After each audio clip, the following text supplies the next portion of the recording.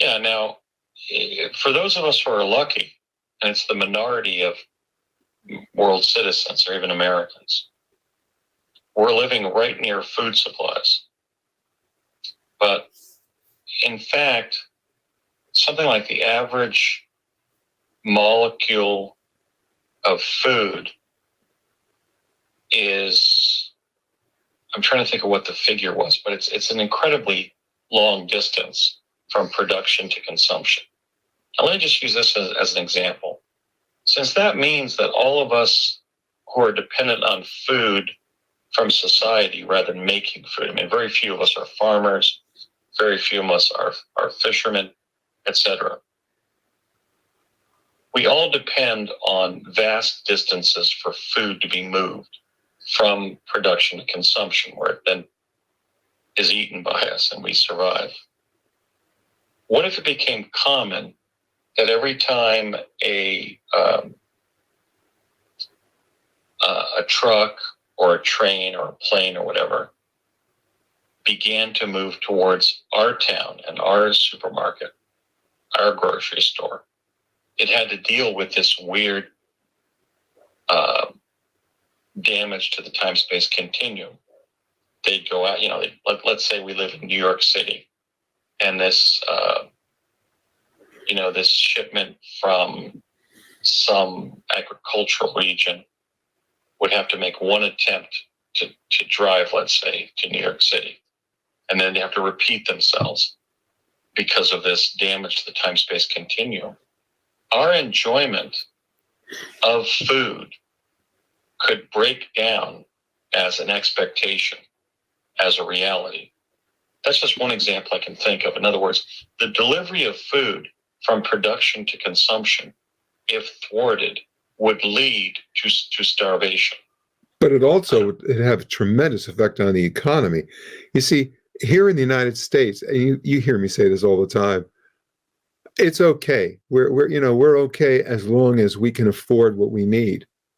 But if it all of a sudden impacts your ability to get food because it's so expensive, because they have to have 5 or 6 different transports in order to make sure that it may or may not get to where it's supposed to go, and it all has to do with the time-space continuum, then this whole thing changes, doesn't it? Yeah, in fact, damage to the time-space continuum would probably ultimately lead to, I don't know how much, but a significant amount of mass starvation. What if you had to do 5 transports, right, just to hope that one gets through? The shipment of food from production to consumption would become incredibly expensive, or probably 5 times as expensive. Achieving ordinary activities would become problematic. Well, that's what's really important here. All activities. I mean, it's not just like in the beginning, we were talking about food. Well, if a person just focused on the concept of food, they go, oh, well, I could always take care of it some other way. But actually, it's an example. What we're really talking about is the inability to count on the fact that you can do something and have a result. That's what this is all about. Exactly. And we've been taking that in a cavalier way, right, for the major powers of the world to blow up something like 2,400 nuclear weapons since Hiroshima. That's a disaster. That's almost like it's so cosmically stupid. And it utterly shows how our governments of even leading nations have not been responsive to reality. Right. That's why I'm so happy to have served the truth movement. This is a major theme in the truth movement that needs to be addressed. It's like we took it as meaningless, that there was no threat to the time-space continuum. I've been a little bit resistant to the idea that the time travel experiments that I was involved in DARPA's Project Pegasus did not create such damage, because I thought it was too low magnitude. But it certainly should have been considered. Right. And certainly our nuclear explosions and our nuclear energy should have been scrutinized a lot better than they were. We had some of the most brilliant physicists in the United States and in the West and in the world working on these programs, But nobody was saying, well, what happens if we damage the time-space continuum? I mean, there was some speculation prior to Hiroshima that the Hiroshima blast may have ignited the atmosphere. But that was discounted. And they were still waiting when they did the initial blast at the Trinity site in Alamogordo, whether that would actually ignite the global atmosphere. And then after they did that blast and found out that they didn't, they felt comfortable with the Hiroshima and Nagasaki blasts to not do it in a similar way, in terms of igniting the atmosphere. But I don't really think they asked, well, what about damage to the time-space continuum? What about damage to causality? It was never asked, and it should have been. And we should have put our top minds on it to say, well, here's how we'll repair the time-space continuum if we cause such damage, and we didn't. Then we had the examples of like the Montelimar case. I mentioned the Liverpool case where the man and his wife were going shopping. He said goodbye to her because she was going to shop at this store that they knew was there in the 1990s. And then he turned around to go to another shop, and he was in the 1940s.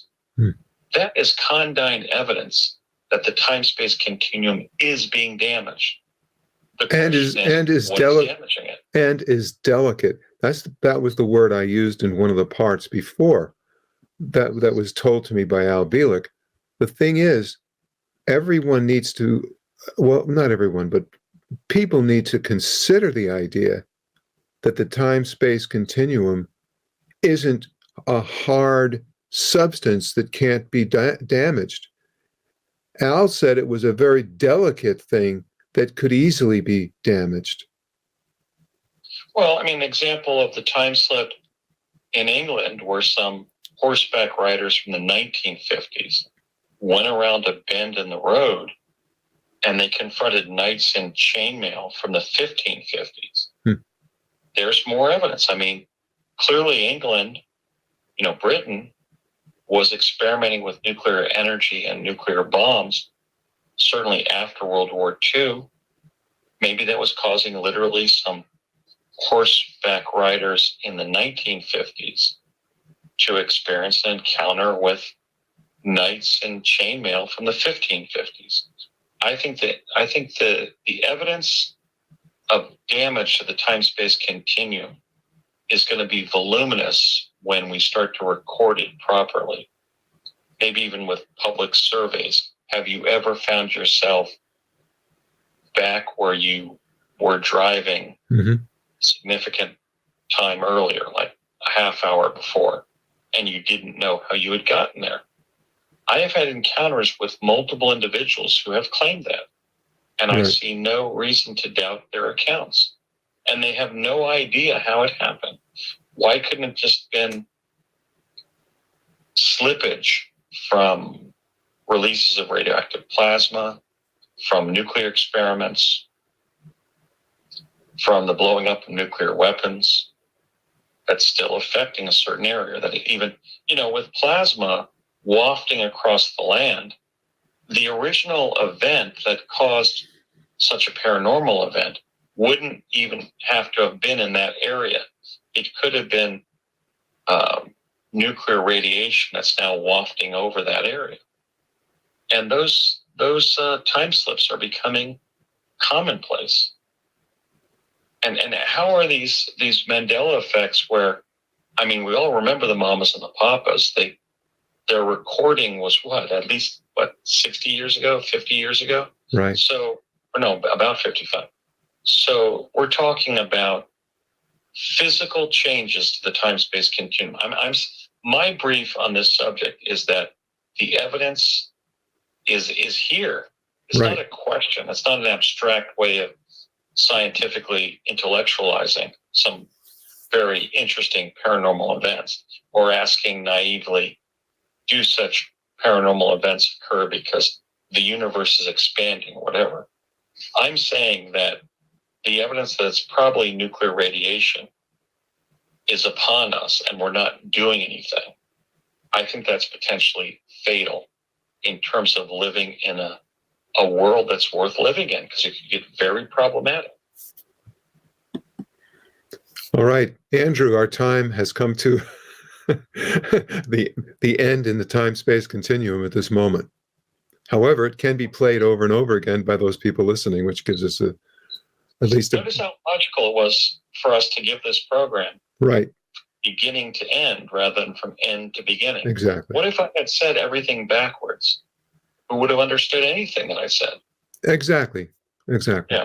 You know, the last time we did the 4 shows on the time slips, I kept wanting to mention the story of the Tower of Babel, because or Babel. The point of my reasoning for wanting to talk about that, and I don't want to open it up right now, but I'm just saying, is that maybe in the language of the Bible, the language that people understood, they were talking about communication, but communication is a lot different from language. And this is an example of how ridiculous communication could be impaired. Not language, communication. It could be the end of an entire civilization without doing anything. Exactly. That is one of the greatest dangers, is that our speech will be confounded even if we're speaking the same language, if the order of our words is out of order. Right. Because of this instability being injected into reality, if you will, whatever that is, by blowing up nuclear bombs and even maintaining nuclear power plants. They seem to have deleterious health effects, and that's my argument for there's no way that just the Mexican people eating more legumes, more beans on a daily basis is going to produce 100% higher rates of diabetes, heart disease, and cancer in the American people. I mean, we know that it's good to eat legumes, eat your beans. It's certainly instructive that the Mexican people call it their not just their frioles, but their habituales, their habituals. We should all make bean consumption habitual. It's just good nutrition. But I don't think it could result in 100% more diabetes, heart disease, and cancer when we eat less. And how could it if Americans still eat beans? So I don't think we're looking at what the cause of that is. That's a good place to start. Well, this has been a very, very, very important program. I'm glad we did this part 5. And I want to thank you so much for coming into the Timeless Voyager today and doing this for us. It was just a wonderful show, and I appreciate it, Andrew. Yeah, my motto is dare to be consequential. And I'm really committed to being consequential. And I think this is a consequential subject. I think we have to act and act immediately to understand what the damage to the time-space continuum is involving. It's clearly occurring in the time slips, the Mandela effects, damage to health among nuclear powers, nuclear world powers, certainly. But we really have to get a handle on the fact that it is occurring, and we need to stop doing this damage to the time-space continuum. That's disclosure. Thank you so much, Andrew. Really appreciate it. You got it, Bruce. Good to be with you. Thank you for watching and listening to the Timeless Voyager Series podcast. We're on video players like YouTube and audio players like Spotify, Apple Podcasts, Amazon, many more.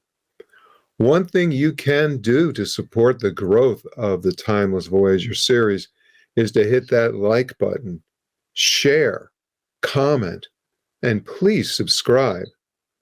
My next milestone is 1,000 subscribers. You can help by just hitting that subscribe button. It's below here in the description. Subscribing is important because it triggers algorithms that help grow the Timeless Voyager channel.